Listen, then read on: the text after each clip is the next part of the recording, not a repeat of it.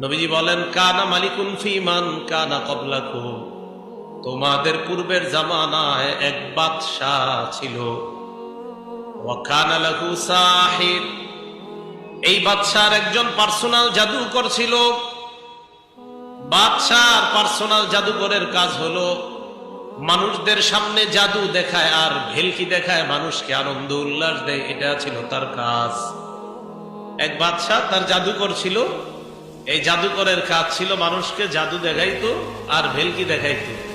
জাদুকর বুড়া হয়ে গেছে। ফালাম্মা কাবিরা, জাদুকর যখন বুড়া হয়ে গেছে, ক্বালা লিল মালিকি ইন্নী ক্বাদ কাবিরতু, বাদশাকে গিয়ে জাদুকর বলল, বাদশাহ আমি তো মুরব্বী হয়ে গেছি, ফাবআস ইলাইয়া গুলামা, আমার কাছে মেধাবী একটা যুবক পাঠান, ওয়াল্লিমহুস সিহরা, যাতে আমি আমার জাদু বিদ্যাটা তারে শিখিয়ে যাইতে পারি। আবার বলছি, তোমাদের পূর্বের জামানায় এক বাদশা ছিল, এই বাদশার একজন জাদুকর ছিল, এই জাদুকর বুড়া হয়ে গেছে। বুড়া হয়ে যাওয়ার পর বাদশাকে এসে বলল, বাদশা আমি তো বয়স্ক হয়ে গেছি, মুরব্বী হয়ে গিয়েছি, আমার কাছে একটা ছেলে পাঠান, একটা যুবক পাঠান, যে যুবককে আমি জাদুবিদ্যাটা শিখিয়ে দিতে পারি, যেন আমার জাদুবিদ্যাটা তারে শিখিয়ে দিতে পারি, সে এই জাদু মানুষকে দেখাবে। তো এই কথা বলার পর ফাবাসা ইলাইহি গুলামা, বাদশাহ একজন মেধাবী যুবককে জাদুকরের কাছে পাঠায়। জাদুকরের কাছে যাওয়ার পর জাদুকর এই যুবকটাকে জাদু বিদ্যা শিখায়। ওয়া কানা ফি তরিকিহি ইদা সালাকা রাহিব, যুবক যে রাস্তা দিয়ে যায়, যাওয়ার সময় একজন পাদ্রীর সাথে তার সাক্ষাৎ। পাদ্রীর সাথে সাক্ষাৎ হওয়ার পর ফাকআদা ইলাইহি, পাদ্রীর সামনে বসছে।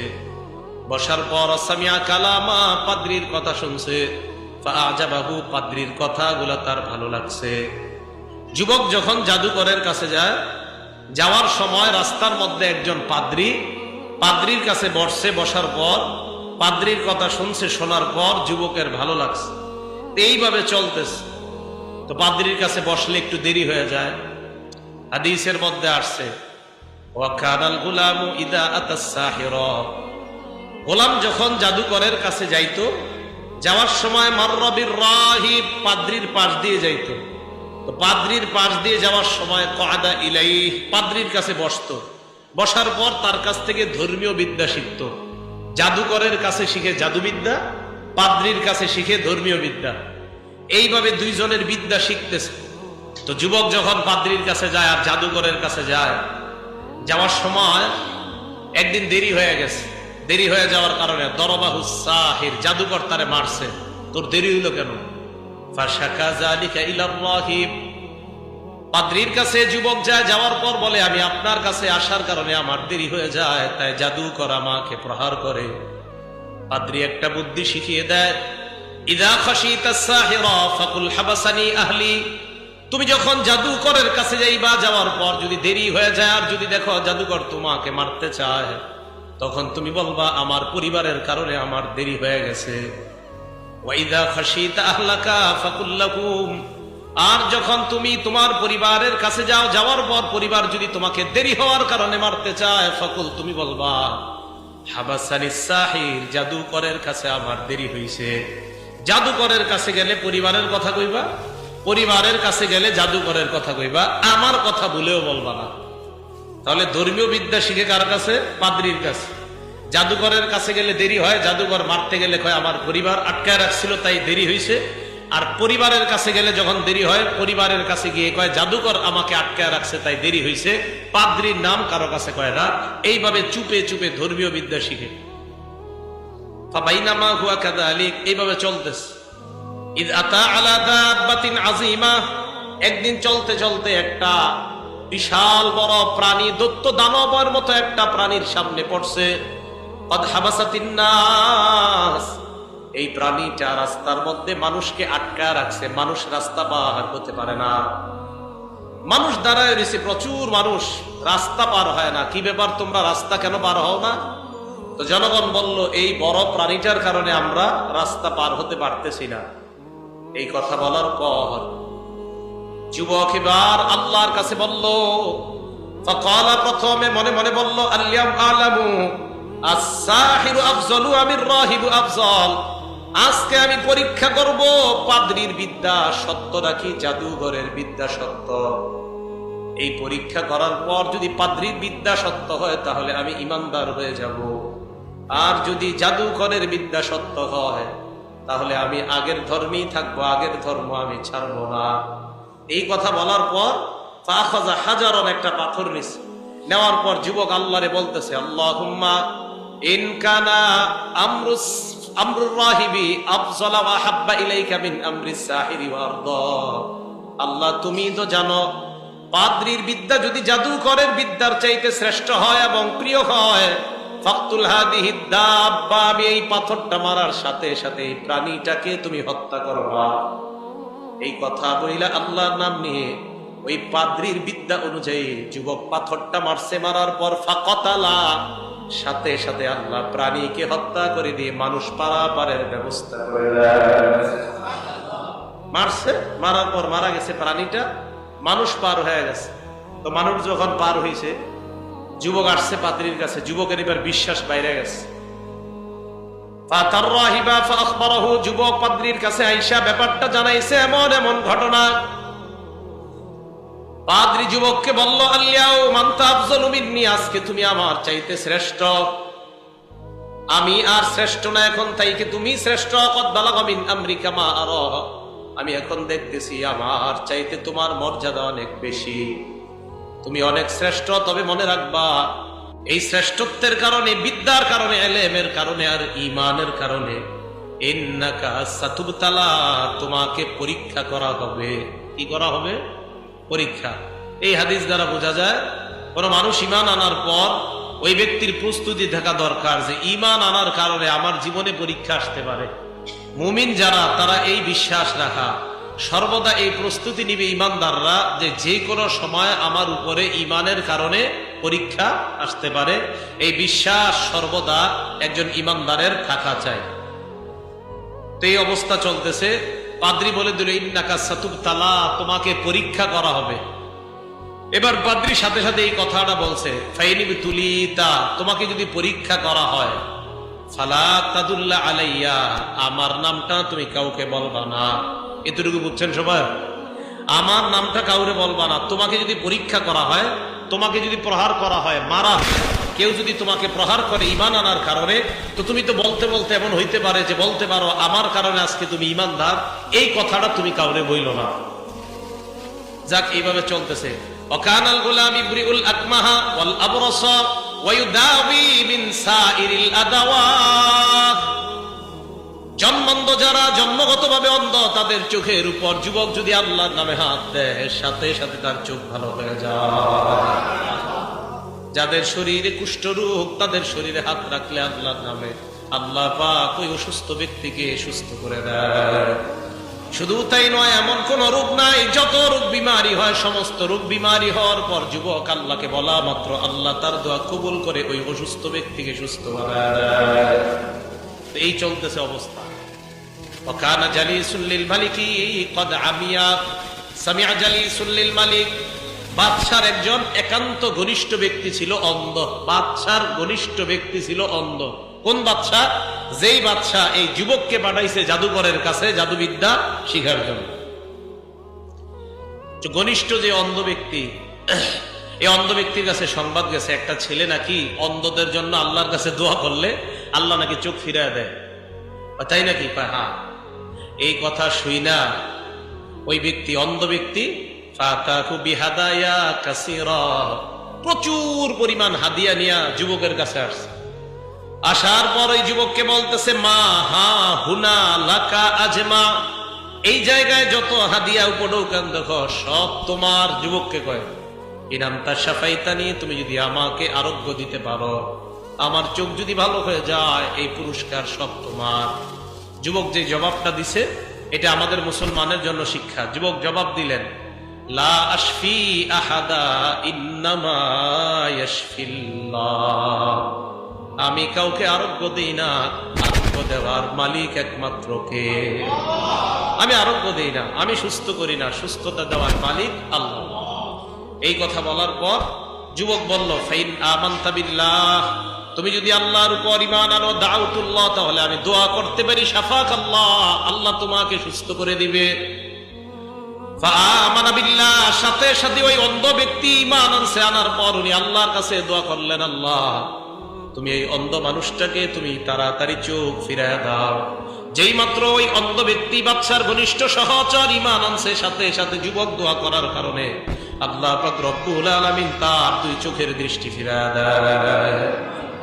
চোখ ফিরে পাওয়ার পর এবার এই অন্ধ ব্যক্তি কই গেছে? বাদশার কাছে গেছে। তো এতদিন একটা মানুষ অন্ধ আপনাদের এই জায়গায় আসে, হঠাৎ যদি চোখ ফিরে আসে, আপনাদের তো একটা অবাক লাগার বিষয়। কি ব্যাপার? ওয়াকানা জালাসা কামা ইয়াজলিসু, যেইভাবে আগে বসতো ওই চেয়ারটা গিয়ে বসছে। বাদশার একান্ত ঘনিষ্ঠ ব্যক্তিটা যেইভাবে আগে গিয়ে চেয়ারে বসতো ওইভাবে গিয়ে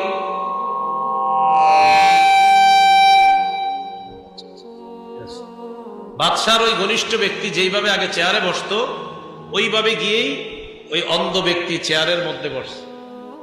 চেয়ারে বসার পর বাদশা হঠাৎ দেখে কি তার চোখ ফিরে পাইছে। ঘটনা কি? প্রশ্ন করলো, মান রদ্দা আলাইকা বাসারাক, কি ব্যাপার, তোমার চোখ কে ফিরিয়ে দিল? অন্ধ ব্যক্তি জবাব দেয়, রব্বি, আমার রব ফিরাই দিচ্ছে।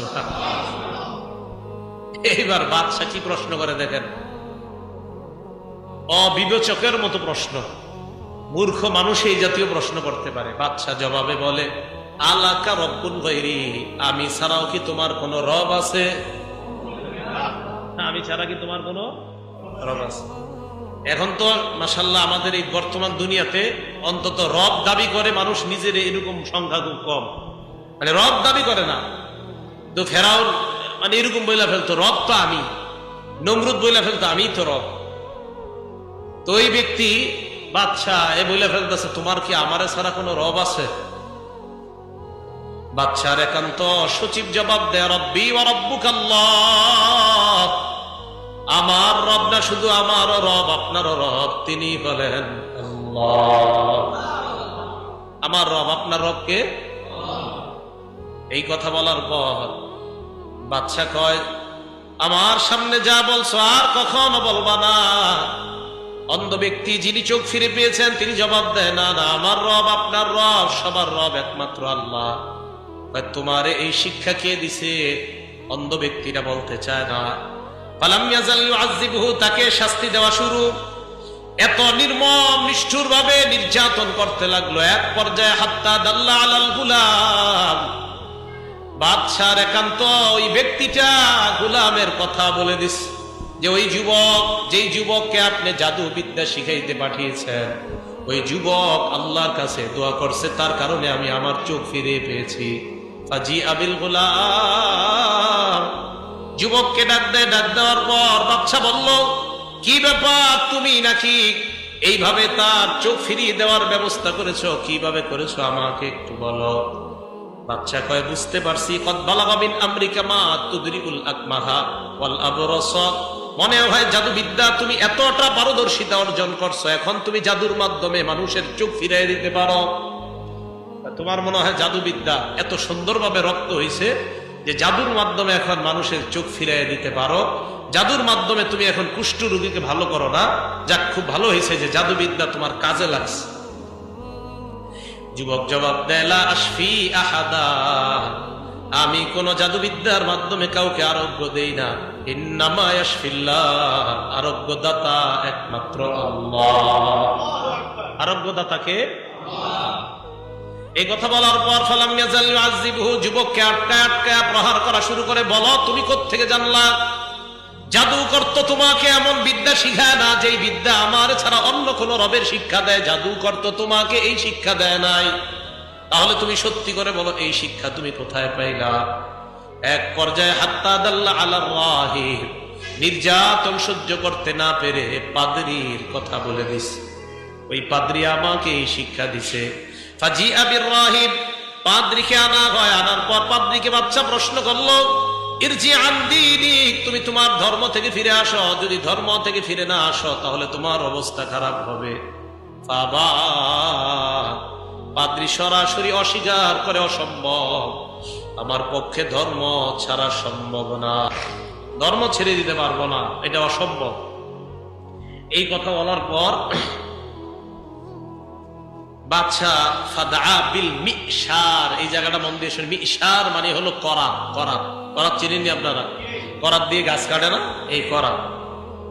করাত আনার পর বিসমিল্লাহ,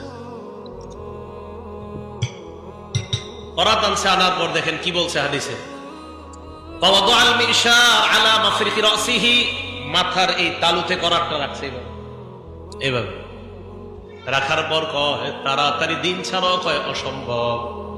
চিন্তা করেন, করাত। রাসূল এক সাহাবা নাম খাব্বাব রাদিয়াল্লাহু তাআলা, নবীজি কাবা চত্বরে এইভাবে শুয়ে রয়েছে। হযরত খাব্বাব এসে কয় আল্লাহ তাদউল্লাহ লানা ইয়া রাসূলুল্লাহ, হুজুর আমাদের জন্য একটু দোয়া করেন না। কয় কি হইছে? নির্যাতন আর সইতে পারতাছি না হুজুর। নবীজির চেহারা মুবারক লাল হয়ে গেছে। যাওয়ার পর কয় খাব্বাব, আগের দিনের ইমানদারদের ঘটনা মনে হয় তোমার জানা নাই। ওই ইমানদারদের মাথা বরাবর করাত রাখার পরেও তারা ঈমান কখনো ছাড়ে নাই।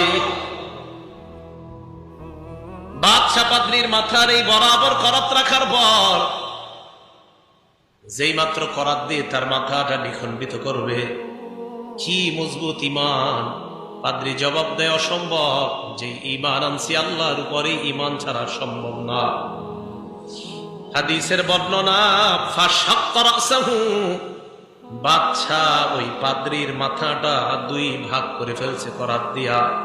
ফাওয়াকা শিক্কা, ওই মাথার দুইটা খণ্ড দুই পাশে এইভাবে ঘুরে রয়েছে।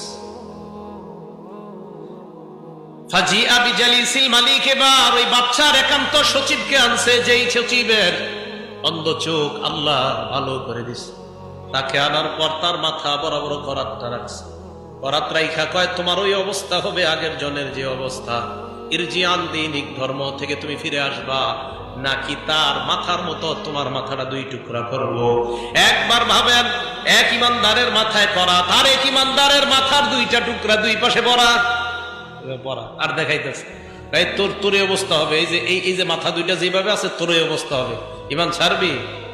ওই অবস্থায় বাদশার একান্ত সচিব জবাব দেয় অসম্ভব, যে আল্লাহরে বিশ্বাস করার কারণে আমার চোখ ফিরে পেয়েছি, ওই আল্লাহর উপর ঈমান ছাড়ার প্রশ্নই আসে না। মাঝে মাঝে আমি চিন্তা করি যে আমগরে যদি এরকম হইতো আমরা কি যে কইতাম আল্লাহ জানে।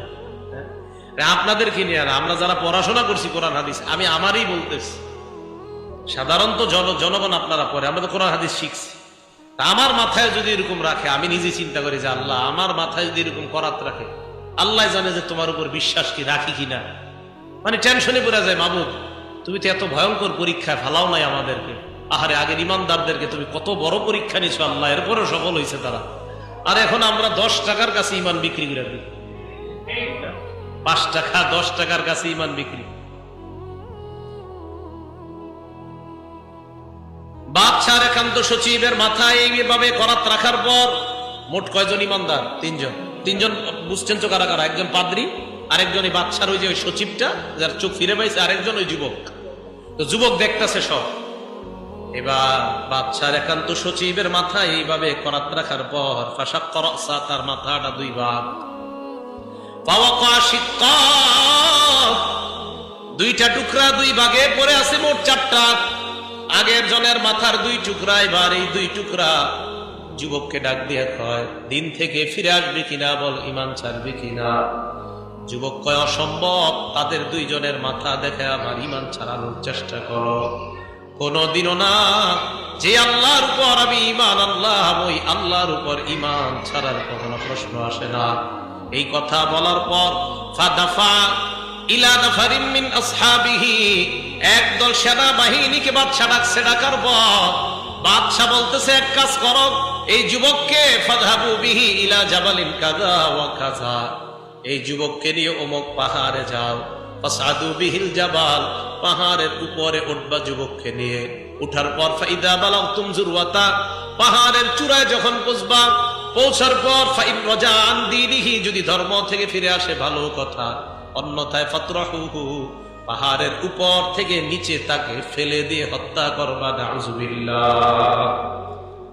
ফাযহাবু বিহি ইলা জাবাল, মুসলিম শরীফের বর্ণনা, আল্লাহ রাসূল বলেন যুবককে নিয়ে তারা পাহাড়ে যায়। ফাসাইদু বিহিল জাবাল, পাহাড়ের উপর উঠছে, অনেক বড় পাহাড়। পাহাড়ের উপর উঠার পর ওই যুবককে বলে, ঈমান ছাড়বা কিনা? যুবক কয়, অসম্ভব। পাহাড়ের একদম মাথায় গেছে, যাওয়ার পর নিচের দিকে তাকাইলে আমি আপনি মনে হয় তাকাইলেই মরে যাইতাম। তোরে এখন ফালাইয়া দিব। যুবক কয়, তো কি হয়েছে? ঈমান না ছাড়লে ফেলে দিব। যুবক আল্লাহকে বললেন, আল্লাহুম্মা কফিনিহিম বিমা শি'তা, আল্লাহ আপনি আপনার শক্তি দেখা দেন, তাদের থেকে কুদরতি ভাবে আমাকে আপনি হেফাজত করে নেন। এই দোয়া করার সাথে সাথে রাজিফা বিহিমুল জাবাল, পাহাড় নড়াচড়া শুরু করছে। পাহাড় যারা যুবককে হত্যা করার জন্য নিয়ে গেছে, নড়াচড়া করে পাহাড় তাদেরকে নিচে ফেলে হত্যা করছে, যুবককে নিরাপদে নিচে নামায় দিচ্ছে।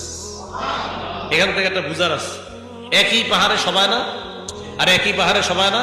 তাহলে একই পাহাড়ে একদল আল্লাহ মাইরা ফেললো, যুবককে আল্লাহ হেফাজত করলো, তার মানে আমার আল্লাহ সব পারে। একই জায়গায় সবাই, পাহাড় নড়লো, পাহাড় পুরা ধ্বংস করে ফেললো সব, আল্লাহ চাইছে যুবক মরবে না, মরে নেই। ইলাল মালিক, যুবক সুন্দর হাঁটতে হাঁটতে বাদশার কাছে আসছে। মুসলিম শরীফের হাদিস। হ্যাঁ, দু একদিন পর পর আমি এটা পড়ি, আমি নিজে পড়ি, আমার ইমানরে মজবুত করার চেষ্টা করি। তো এইভাবে যুবক হাঁটতে হাঁটতে বাদশার কাছে গেছে। যাওয়ার পর বাদশা কয়, ঘটনা কি? তুমি তো আসার কথা না, যারা আসার কথা তারা কই? তুমি তো আসার কথা না, যারা আসার কথা তারা কোথায়? হাদিসের বর্ণনা, মা ফাআলা আসহাবুকা, কোথায় আমার সৈন্যবাহিনী কই, তোমার সাথে যারা গেছে? যুবক জবাব দিল, কি দেখেন আমাদের জবাবগুলো সব ক্ষেত্রে এমন হওয়া উচিত। যুবক কয়, কাফানিহিমুল্লাহ, তাদের থেকে আল্লাহ আমাকে হেফাজত করছেন। আল্লাহ আমাকে তাদের বিরুদ্ধে যথেষ্ট হেফাজত করে তোমার কাছে আল্লাহ আবার এনেছেন।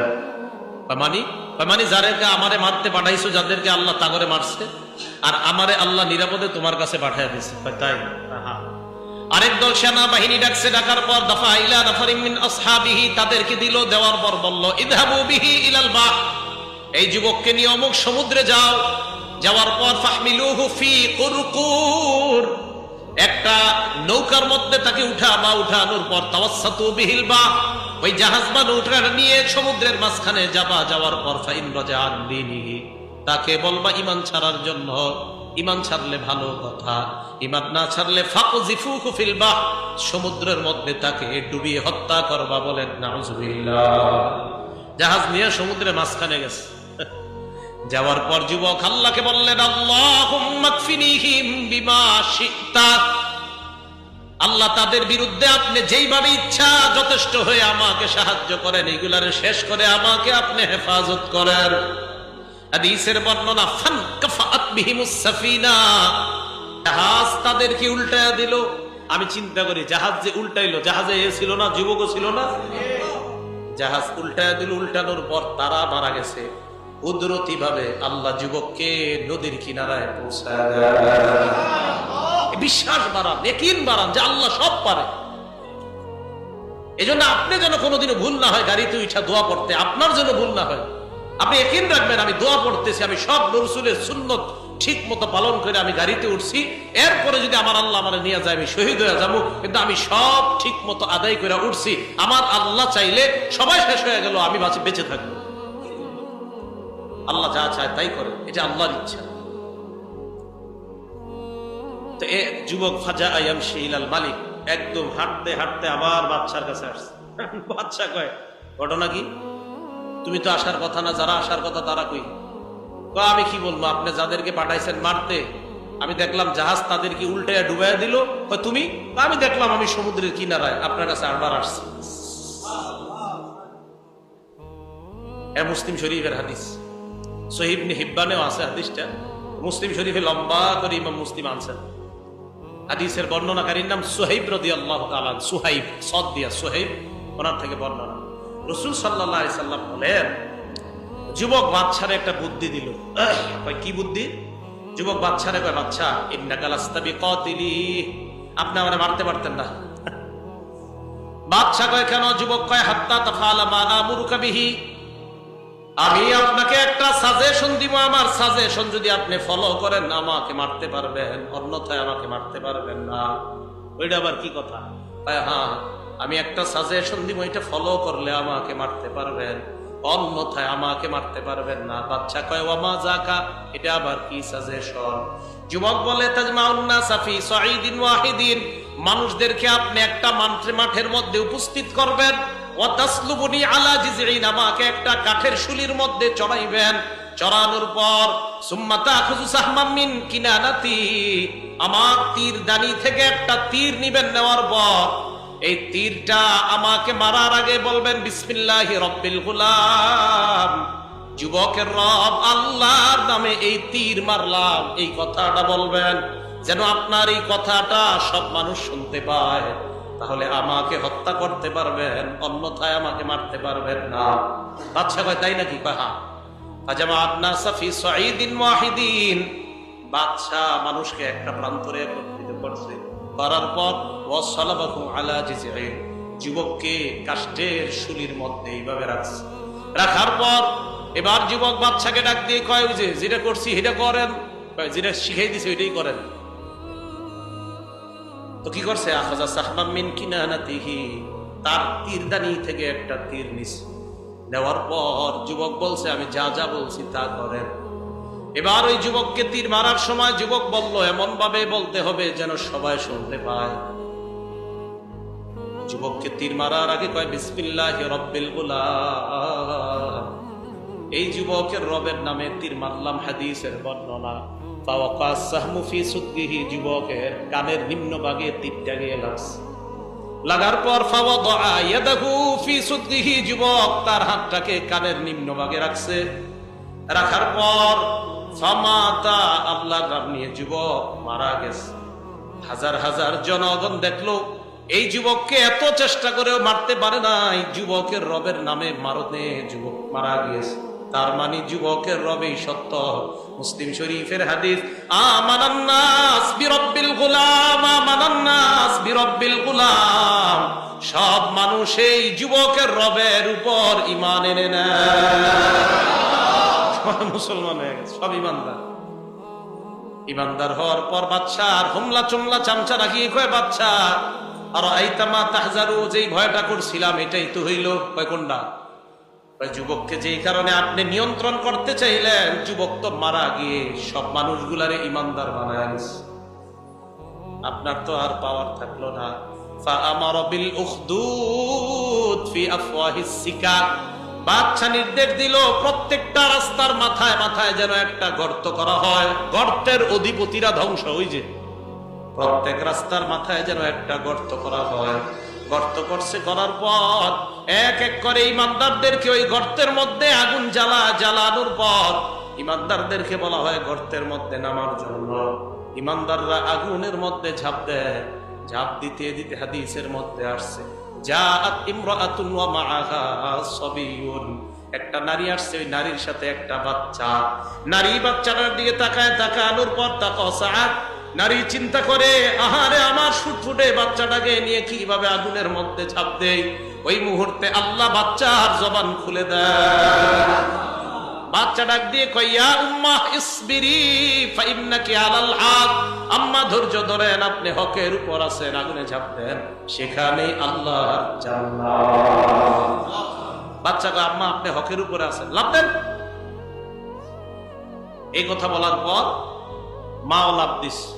তা আল্লাহ বলেন, কুতিলা আসহাবুল উখদুদ, গর্তের অধিপতিরা ধ্বংস, মানে যারা গর্ত করছে গর্তের মধ্যে আগুন জ্বালায়া ওই ইমানদার মানুষগুলাকে গর্তের আগুনের মধ্যে জ্বালিয়েছে। আল্লাহ চারটা শপথ খাওয়ার পরে বলেন, এই গর্তের অধিপতি যারা যারা গর্ত বানিয়ে ইমানদারদেরকে নিয়ে উল্লাস করছে তারা ধ্বংস।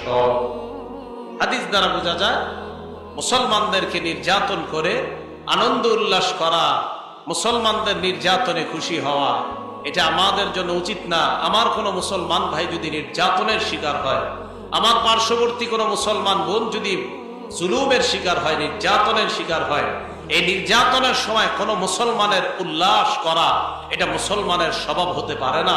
বরং ইমানদার আগুনে পুড়বে, ইমানদার নির্যাতনের শিকার হবে, তখন অন্য মুসলমানের দিলে যদি কষ্ট লাগে সেই প্রকৃত মুসলমান, সেই কি প্রকৃত মুসলমান। তাহলে আল্লাহ পাক রব্বুল আলামিন বলেন এই গর্ত করছে যারা আর ইমানদারদেরকে যারা পুড়িয়েছে তারা ধ্বংস। এই কথা বইলে আল্লাহ বলেন ওয়া নাকামু মিনহুম ইল্লা আইয়ুমিনু বিল্লাহিল আজিজিল হামিদ। গর্তের অধিপতিরা ইমানদারদেরকে নির্যাতন করার কারণ শুধুমাত্র ইল্লা আইয়ুমিনু বিল্লাহ, ইমানদাররা আল্লাহর উপর ঈমান আনছে, এটাই হলো তাদের অপরাধ। এই ঈমান আনার কারণে তাদেরকে আগুনের মধ্যে পুড়িয়েছে। হাদিস দ্বারা জানতে পারলাম ঈমান আনার পর আমার আপনার জীবনে বিপদ আসতে পারে, পরীক্ষা আসতে পারে।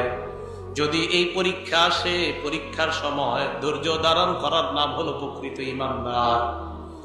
আসিয়া ফেরাউনের বিবি, আসিয়াকে যখন ফেরাউন হত্যা করবে, হত্যা করার আগে কারুনের পরামর্শে আসিয়া শরীরটা থেকে চামড়াগুলা উঠিয়ে নেওয়া হয়।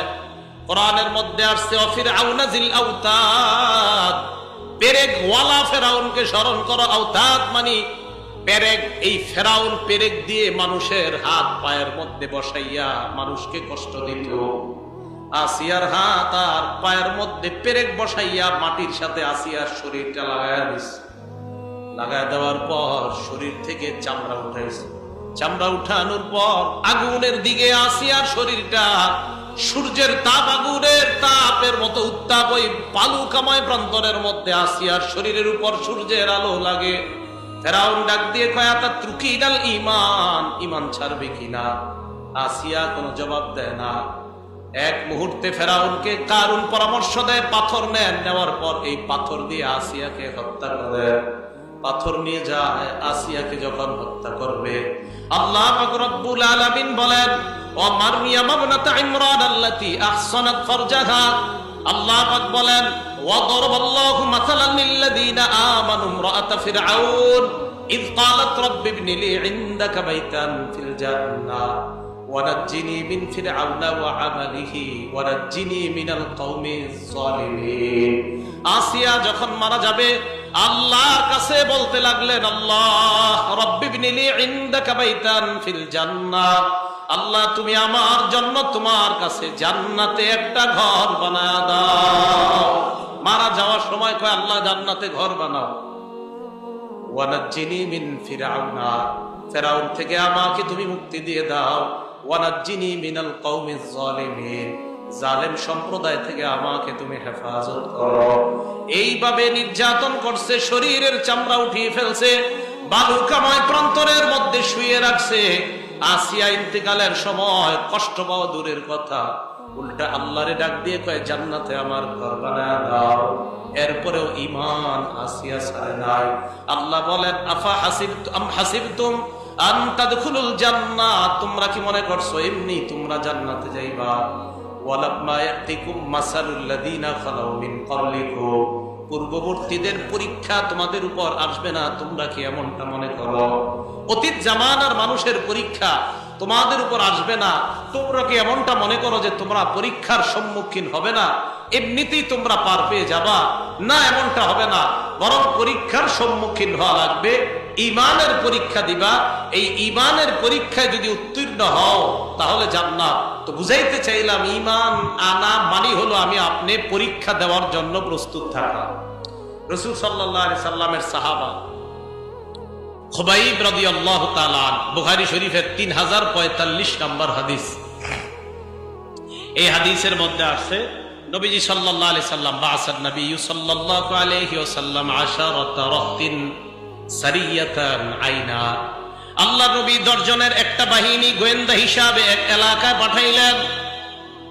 ওয়া আমারা আলাইহিম আসিব ইবনে সাবিত রাদিয়াল্লাহু তাআলা আন, আল্লাহ নবী এই 10 জনের একজন আমির বানিয়ে দিলেন, তার নাম আসেম। কি নাম? আসেমকে আমির বানায় দিয়েছে। আমির বানিয়ে দেওয়ার পর তাদেরকে আল্লাহ নবী পাঠাইলেন ওই এলাকায় তোমরা যাইবা। মুসলমান 10 জন যখন রওনা করছে, যুকিরু লিহাইয়িন যুকিরু লিহাইয়্যিন বিন হুযাইল ইউকালু লাহু বনু লাহইয়ান। এই এলাকার নাম কি? মাঠের চর। তো একটা নাম থাকে না এলাকার? মক্কার একটা এলাকার নাম ছিল বনি হুযাইল, এই হুযাইলের একটা গ্রামের নাম ছিল লাহইয়ান। এই লাহিয়ান এলাকার মানুষরা বলা বলি করতে লাগলো, আচ্ছা এইদিকে নাকি মুসলমানদের আনাগোনা এইদিকে লক্ষ্য করা যাইতেছে, বা হ্যাঁ মুসলমানরা কোথায় জানি যাইতেছে। ফানাফারু লাহুম করিবাম মিন মিআতি রাজুলিন কুল্লুহুম রাব, 100-200 জনের তীরন্দাজ একটা বাহিনী, 200 জন তীর নিয়ে মুসলমানদের পিছনে ধাওয়া করছে। 200 জনের তীরন্দাজ বাহিনী মুসলমানদের পিছনে ধাওয়া করছে। মুসলমানদেরকে ধাওয়া করতে করতে ফাক্তাসু আসারহুম, তাদের পায়ের নিদর্শন দেখছে। দেখার পর পাগুলা দেখতে দেখতে পিছনে পিছনে যায়। ওই জামানায় কাফেরদের মেধাও ভালো ছিল। কাফেরদের মেধা কি ছিল? কেন ভালো ছিল?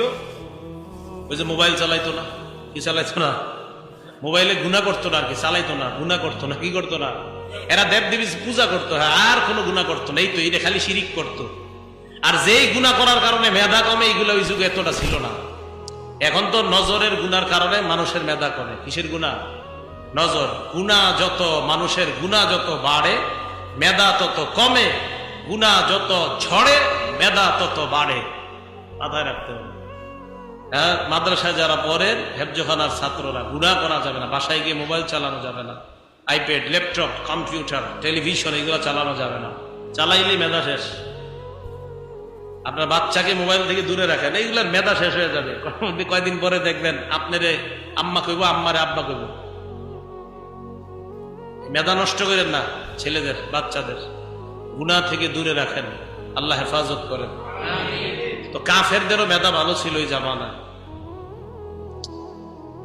কাফেররা 10 জন সাহাবার খালি পায়ের চিহ্ন তাদেরকে অনুসরণ করতেছে, যে হ্যাঁ এই দিক দিয়ে মনে হয়ে গেছে। এবার নিশ্চিত হইল কিভাবে যে এই 10 জনই মনে হয় আমাদের কাঙ্ক্ষিত 10 জন। এই জায়গাটা মন দিয়ে শোনেন কিভাবে নিশ্চিত। যাইতে যাইতে হাত্তা ওয়াজাদু মাআকালাহুম তামারান তাযাওয়াদুহু মিনাল মাদিনা, এক জায়গায় গেল, যাওয়ার পর দেখে খেজুর দেখা যায়, যে খেজুরগুলা মুসলমানরা মদিনা থেকে নিয়ে আসছে। কাফেররা খেজুর দেখে, খেজুরের বিচি দেখে বুঝে ফেলছে এগুলা মদিনার খেজুর। কোন দেশের খেজুর? আমি আপনি তো বাদামতলির খেজুরও চিনব না। কাফেররা খেজুর দেখেই বলতেছে, আটি দেখে বলে এটা মনে মদিনার। মানে এরা খেজুর দেখে নিশ্চিত হয়ে যায় এটা মদিনার না ইয়ামানের নাকি অমুক দেশের। খেজুর দেখে কয় নিশ্চিত এদিকে মুসলমানরা আসছে, এই যে মদিনার খেজুর। নিশ্চিত হওয়ার পর ওই রাস্তা তারা অবলম্বন করতে লাগলেন। মুসলমানদের লিডার আসিফ ইবনে সাবিত বুঝতে পারলেন বেঈমানরা আমাদের সন্ধান পেয়ে গেছে, কি করা যায়। ফালাজাউ ইলা ফাদফাদ, মুসলমানরা উঁচু একটা জায়গার মধ্যে উঠছে। এই হাদিসটা আমি প্রায় সময় পড়ি, ওলামা কেরাম যারা আছেন আপনাদের জ্ঞাতার্থে বলি, বুখারীর 3045, এটাও আমি প্রায় সময় পড়ি। এটা পড়ি কেন? এটা পড়ি আর চিন্তা করি, মানে এই হাদিসটা আর ওই যে আগে যেটা বললাম মুসলিম শরীফের 3005 নম্বর হাদিস, এগুলো পড়ি আর ভাবি ইমানের পরীক্ষাটা কত মজবুত ছিল। যে মানে সত্যি সত্যি যদি আমরা এরকম পরীক্ষায় পড়ি আমরা অবস্থাটা কি হইব, আমি মাঝে মাঝে এই চিন্তা করি। তো ওনারা একদম উপরে উঠছে। ওঠার পর আহাতা বিহিমুল কওম, কাফেররা নিচে থেকে তাদেরকে বেষ্টন করে ফেলছে। তীর তাক করছে, তাক করার পর কয় আনজিলুনা, নামো, ওয়া আতুনা বিআইদিকুম, সারান্ডার করো, লা নাকতুলু মিনকুম আহাদা, আমরা তোমাদের কাউকে হত্যা করব না। দেখেন কি কয়, কাউকে হত্যা করব না। ওয়ালাকুমুল আহদু ওয়াল মিসাক, অঙ্গীকার করলাম একজনকেও আমরা হত্যা করব না, তোমরা নামো। সাহাবাদের আমির আসিম ইবনে সাবিত বললেন, লা আনজিলুল ইয়াউমা ফি জিম্মাতি কাফির, আজকে আমি কোন কাফেরের কথা বিশ্বাস করি না, আমি কোন কাফেরের নিরাপত্তায় নিচে নামবো না, আমি তাদের কথা বিশ্বাস করি না। এই কথা বলার পর ফারামাহুম, নিচ থেকে তাদেরকে তীর মেরে কতালু ফি সাবআ, হযরতে আসিম সহ 7 জন মুসলমান তারা শহীদ করে দেয়। কয়জন আছে? কয়জন ছিল? কয়জন বাকি আছে? 3 জন। নিচ থেকে কয় তোমরা 3 জন নামো, মারবো না, কিচ্ছু করবো না।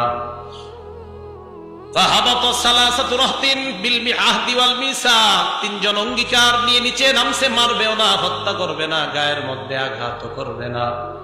নামার পর এই 3 জনের একজনের নাম খুবাইব, আরেকজনের নাম ইবনুদ দাসিনা, আরেকজনের নাম বুখারীর বর্ণনায় আসে নাই।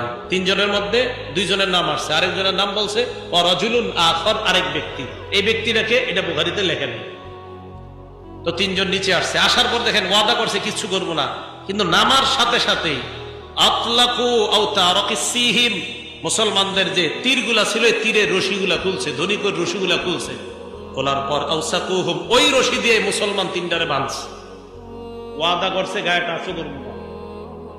তিনজনের মধ্যে যে তৃতীয় জন, যার নাম হাদিসের মধ্যে নাই, ওই ব্যক্তি বললেন হাজা আউয়ালুল গদরি, এই তো প্রথম গাদ্দারি শুরু করলা। লা আসহাবুকুম, আমি তোমাদের সাথে যাব না। ইন্নালি ফিহা উলাইন সুওয়া, আমি এই 7 জনের দলে শরীক হতে চাই। এই কথা বলার পর তাকেও শহীদ করে দেয়। শহীদের সংখ্যা হইল কয়জন? বাকি রইল কয়জন?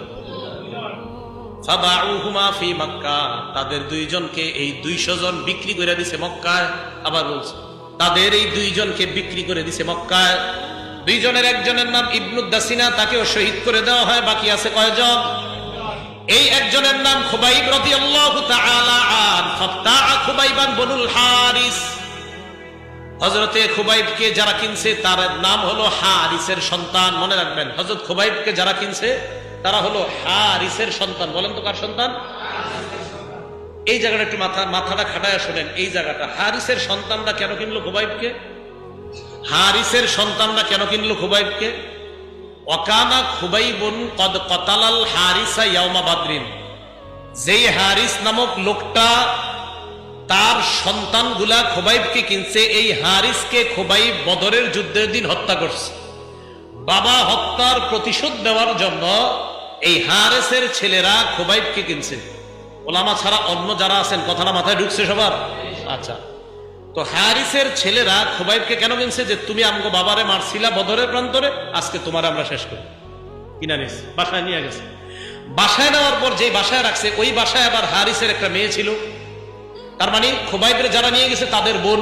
আবার বলছে হারিসের মেয়ে মানে কি? ওই যারা কিনছে তাদের বোন, ওই ছেলেদের বোন আর কি। এই বোনটা বর্ণনা করছে। এবার প্রশ্ন হলো আপনাদের, হুজুর এই বোন আবার বর্ণনা করছে কিভাবে? এই বোন তো কাফের।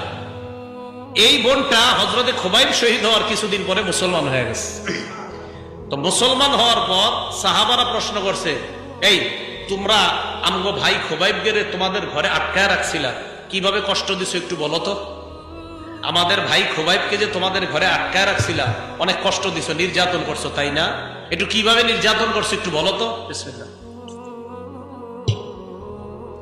এখন এই জায়গাটা আমি আপনাদেরকে যেটা বলবো, এটা হলো ওই নারীর বর্ণনা। বাকি এই বর্ণনাটা বুখারীতে আছে। নারী বলতেছে, আমার ভাইরা যখন খুবাইবকে আমাদের বাসায় নিয়ে আসছে, একটা ঘরের মধ্যে আবদ্ধ করে রাখছে, খানা দেয় না, কিচ্ছু দেয় না। নারী বলতেছে, আমার ভাইয়েরা যেদিন একত্রিত হয়ে যায় খুবাইবকে হত্যা করার জন্য বাহিরে নিয়ে যাবে, সবাই পরামর্শ করছে, করার পর খুবাইবকে জানায় দেওয়া হয় আজকে তোমাকে নিয়ে যাওয়া হবে, তোমাকে হত্যা করা হবে।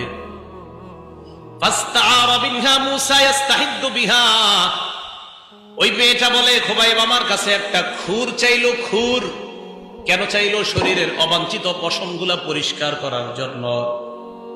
খুরটা আমি তাকে দিলাম। দেওয়ার পর হঠাৎ আমি খুবাইবের দিকে তাকায় দেখি, আখাযা ইবনান লি ওয়া আনা গাফিলা হিনা আতা, আমি দেখি খুবাইবের কোলের মধ্যে আমার বাচ্চাটা বসা।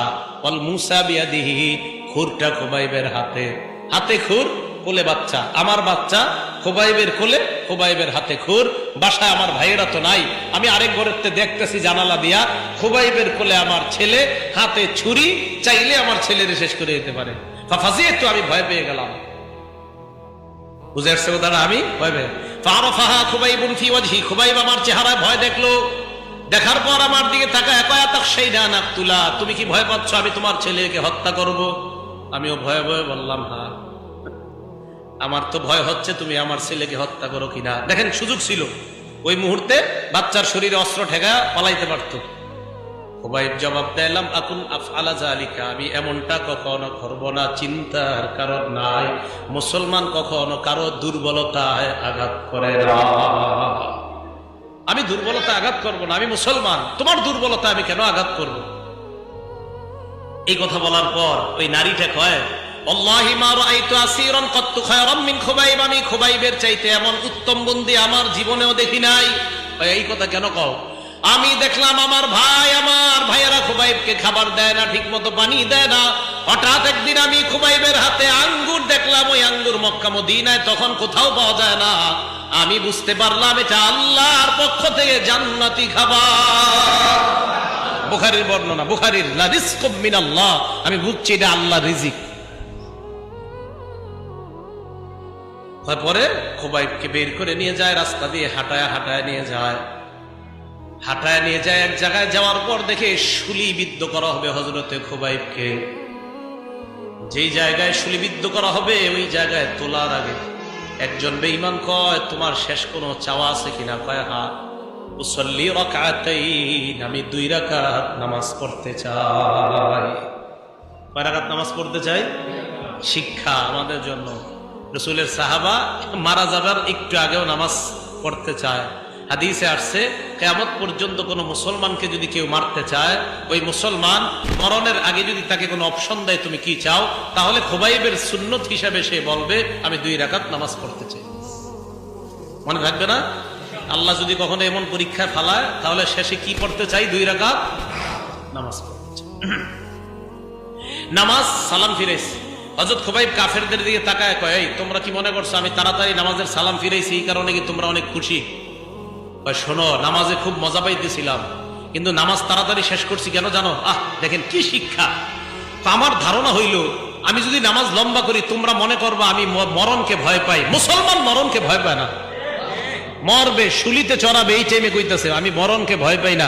তোমরা আমারে নিয়ে হাসাহাসি করবা যে আমি নামাজ দেরি করতেছি মরণের ভয়ে।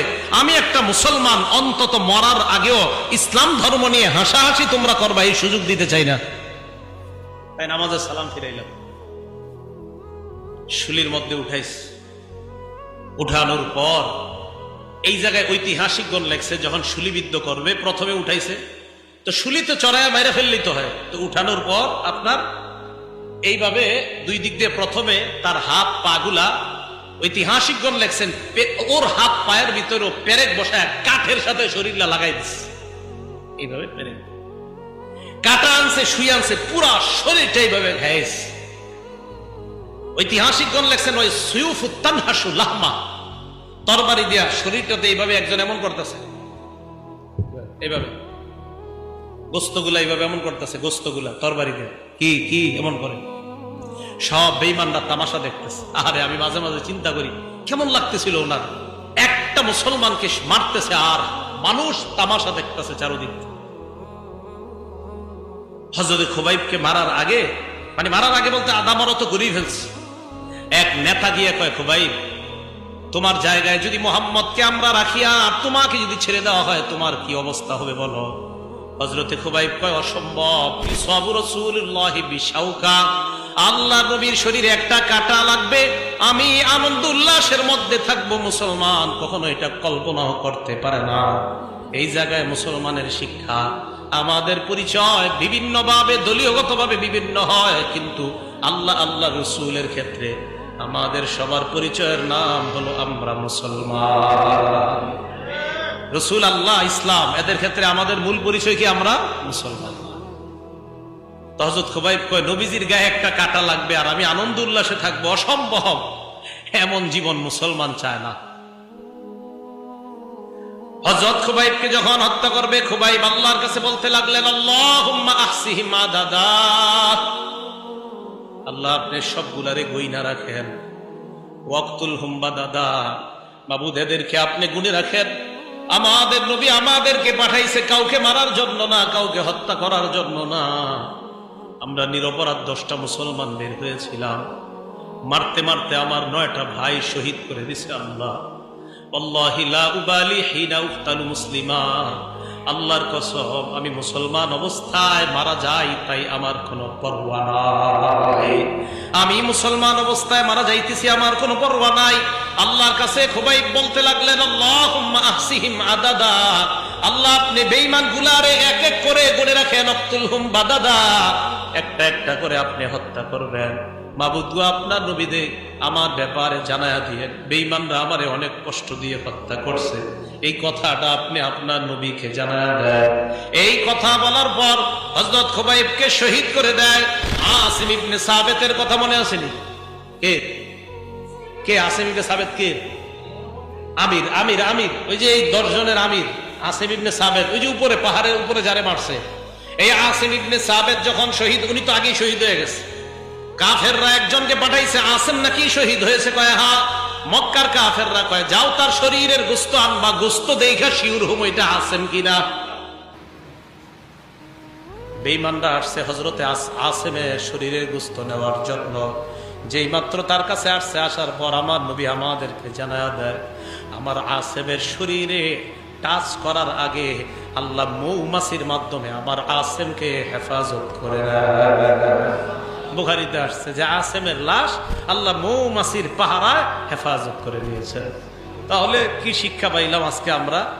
ইমানের কারণে নির্যাতন। আল্লাহ বললেন ওমা বাকামু মিনহুম ইল্লা আইয়ুমিনু বিল্লাহ, তারা তাদেরকে নির্যাতন করছে, শুধু অপরাধ একটাই, ঈমান আনছে। নির্যাতনের অপরাধটা তাদের কাছে কি ছিল? ঈমান আনা কি কোনো অপরাধ? আর ঈমান আনা অপরাধ, কিন্তু কাফেরদের কাছে ঈমান আনাটা কি হয়েছে? অপরাধ। এই অপরাধের কারণে তাদেরকে শাস্তি দিয়েছে। আমাদের জন্য শিক্ষা, ঈমান আনা মাত্রই আমি আপনি পরীক্ষার সম্মুখীন হওয়া লাগতে পারে। আল্লাহ পাক রব্বুল আলামিন মৃত্যু মরণ পর্যন্ত যেন ঈমানের উপর অটল থেকে ঈমান নিয়ে আমরা কবরে যাইতে পারি, আল্লাহ তৌফিক দান করেন। আমিন। ওয়া আখিরু দাওয়ানা আনিল হামদুলিল্লাহি রাব্বিল আলামিন।